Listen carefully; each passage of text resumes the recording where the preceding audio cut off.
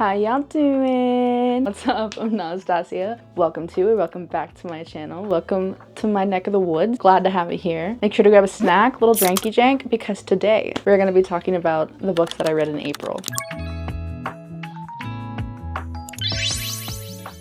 April, I'm gonna be real with you right now. April did not start off too hot. You know, like that little kind of funks that you get into where you want to read all of the books, but none of the books at the same time, because that happens way too often for me. I ended up reading 7 books in the month of April, and I do have to kind of pat myself on the back here because one of them was about 1,000 pages long, and there was a good variety of books that I read this month. There's a mix of physicals, but I'm gonna be honest with you, most of it was audiobook form because I just have not been able to shut my brain the fuck up the last like 2 months. The ADHD, it be wilding out here. It's the Wild Wild West, y'all. The first book that I ended up reading was The Fake Mate by Lana Ferguson. I don't have the physical copy because I did read it on Spotify. I was riding the high off of reading Bride and a few other werewolf shifter romances, and so the whole reading vlog is included in my werewolf romance vlog. I have to say, the spice was done nicely.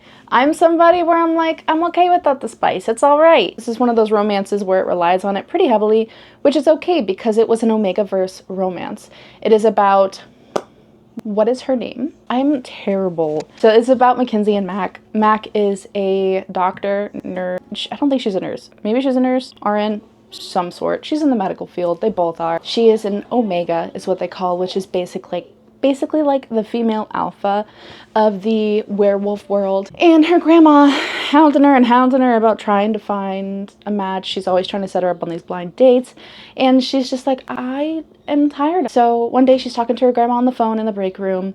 And she's like, Grandma, I have a boyfriend. I'm with somebody. And the grandma's like, who? And in walks in the hottie with the body, Mr. Noah, and standoffish, broody guy who everybody talks about. Basically, Adam Carlson 2.0. So delicious, this book. Mr. Hottie with the body, McBroody, says his name. And she asks him, hey, can I just get a picture with you real quick? Because I need proof to my grandma that I'm dating somebody, but like, just, it's for pretensies, okay? Don't even worry about it. It's a pretensie for Mackenzie, you know what I mean? He's like, well, you know what?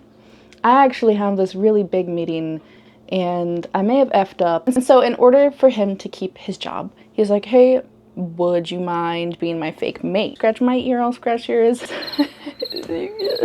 Like, I typically will skip over the spice in some books because I'm just like, okay without it. But with this one, I was listening to the audiobook and I'm just sitting there, oh my God. So just the way that he worships not only her body, but her, oh my God, so good. If you're interested, it is very Omega-verse heavy, so if that is something that is kind of off-putting to you, then maybe don't read it because it is heavier on the shifter side. I end up giving it a 4 out of 5 stars just because typically whenever I read a book, I like to get that emotional connection between 2 characters before they jump the bed. That just didn't really happen all that much with this one. However, I still had a very good time. And then after that, I ended up reading The Ballad of Never After. And here is like a toss-up for some people. I read Once Upon a Broken Heart last month. And so I wanted to pick up The Ballad of Never After this month. And I enjoyed it significantly more than I did the first one. After reading Once Upon a Broken Heart, I wasn't sure if I was gonna like the series all that much, just because it wasn't clicking for me in the way that I think it clicked for a lot of people. And so I was a little bit disappointed, but I have been listening to this through audiobook. And so I also continued with this one with audiobook. I wanted the continuity of the universe because I listened to all of Caraval, that whole trilogy through audio. If I'm not mistaken, it is the same narrator continuing on with this series, and so I just really wanted to continue on with that. I like how unique this is. I like that the characters really stayed true to who they are in their character, but also are able to develop some growth. And the ending in this, how dare. I think I also rated this a 4. Oh no, I gave it a 5 star. I enjoyed it a lot more. It was really good. I think if I were going back, maybe like a 4.5. I don't know. Series of events that kind of unfold in this get a little bit fuzzy for me, but I know that I enjoyed it. After The Ballad of Never After, I picked up King of Battle of Blood, and this is one of those more TikTok classics, you could say. It's not a classic book. Don't get it twisted. Don't misinterpret me. It is a TikTok classic. This is one of the first books whenever I joined Book Talk. When I joined Book Talk like 2-ish years ago, this was the book that I saw circulating around for a really long time, and it is about Isolde, who is the princess of this kingdom, and Adrian, he is the vampire king. Basically, he comes to, not like a treaty, he's coming to her kingdom and is like, bow down to me, otherwise I'm gonna desecrate your entire kingdom.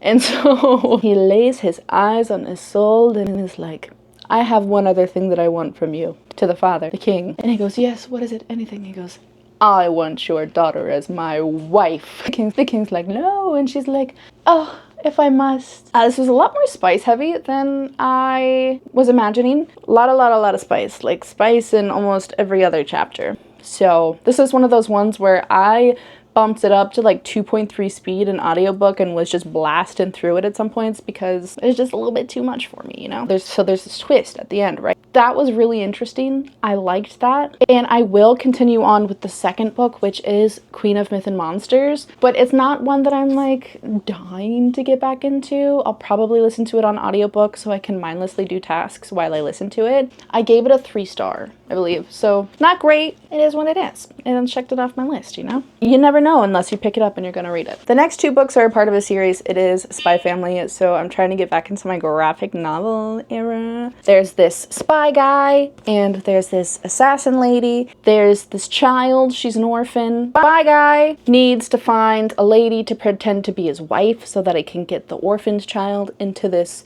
elite school so that he can get close to this prominent political figure. The assassin lady, she needs somebody to pretend to be her husband. The little girl is a telepath, so she knows their true identities or their true jobs of what they do, but they don't know each other's jobs, and so it's just really fun. And now this brother who is in the army has been introduced, and he doesn't know that his sister is an assassin, and he doesn't know. I'm still kind of like fuzzy on it. I read the first 2, and I'm just kind of like along for the ride, you know?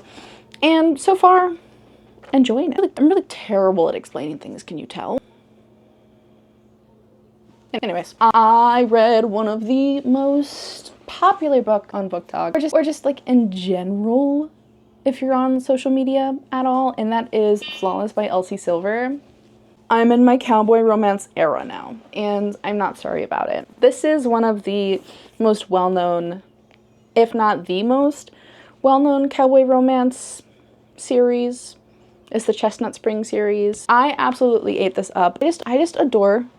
He's a bit of an asshole, but it's like a nice asshole. You know what I mean? There's some books, like romance books, where I kind of feel like the chemistry between the 2 characters is really forced, and this is one that's not. Summer is not an intern, but she is an employee under her dad's PR firm, and Rhett is a client for the PR firm, and he ends up saying some shit about how he doesn't like milk.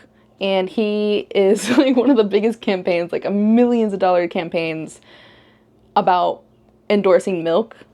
And he gets caught live on camera saying he doesn't like milk. And then he punches a dude. So then all of these sponsors are starting to pull out. And so the dad is like, well, Summer, I need you to go and basically babysit this guy in order to make sure that he stays on good behavior, because he is known as a player and he is known as a roughhouser, somebody who just gets up to trouble all the time, and she's a bit of a stick in the mud, you could say. So she is sent to go and babysit him on his ranch. All the brothers that are there, the Eaton brothers, do live up to their name, I must say. Basically, she travels around with him to all of these events, and she just kind of like keeps him on track and being a good boy. I was pleasantly surprised. I thought that with the 3rd act breakup, it was gonna go a different way, and it totally veered 180 for me, and very, like I said, pleasantly surprised that it wasn't just like a typical cliche kind of thing that I thought it was gonna be. I enjoyed it. It was good. And then last but not least for my April wrap up is the behemoth that is Kingdom of Ash. Set this goal for myself that I was going to finish the Throne of Glass series this month because I've been well at it over a year and have been procrastinating. I'm somebody that, like, once I get to the end, like, I don't want it to end, I don't want to finish. But my friend and I did a tandem read, no, my friend and I did a buddy read of the tandem read last month, and she quickly finished Kingdom of Ash immediately after. And she's coming to visit this month for a Noah Khan concert, and so I was like, I want to be able to talk to her without having to worry about any spoilers, so I need to finish it. So literally like 4 days before the end of April that she was coming, I finished it. Well, I finished it while she was here, so we were still able to talk about it, and I ended up listening to it on audiobook through Audible, I think it is, because that's the only place you can get. Because, to be honest, this, very intimidating, just holding this book in the first few pages and having all of this kind of like really scared me. So what I ended up doing was I started it with audiobook, which first off, Otterlin? It's not a darlin. A darlin. Otterlin. I refuse to call it Otterlin because that... No. What can I say of this book without giving too much away? Ultimately, I think everything turned out how it needed to be. And it's really sad to think that all of these characters are gonna go their separate ways in the end. And that makes me really sad. There was never a point where I was full out bawling. I really thought that this book was gonna decimate me a little bit more, just crush my soul. It got me at some points where I had some tears coming out, not as heart-shattering as I thought it would be. The thing about Fenris, like the snap with Fenris, that's all I'm gonna say. That got me a little bit. Whenever two characters that I have so badly been wanting them to meet each other, that got me. I was really looking forward to it from the tandem reads, and it didn't happen in the tandem reads. They finally met this time, and I teared up a little bit with that. The fact that she remembered. Where were some other points where I teared up? Oh, the one that got me. Learning the King of Adarlan's name. That's all I'm gonna say. Learning his name. Look at me, like a fucking baby. Wow, here I am saying it didn't make me that emotional. Tearing up just thinking about it. That is all of the books that I read in the month of April. Thought that it wasn't really that good of a reading month, but to be honest, looking back, that's not too shabby. Down below, leave me the sakura flower emoji, the cherry blossom. I'd love that. And let me know what your favorite book of the month is that you read this month, in the month of April. I'd love to know. Maybe I can add it to my May TBR. I'm gonna leave it at that. I hope that you have a beautiful day, and I will see you in the next one.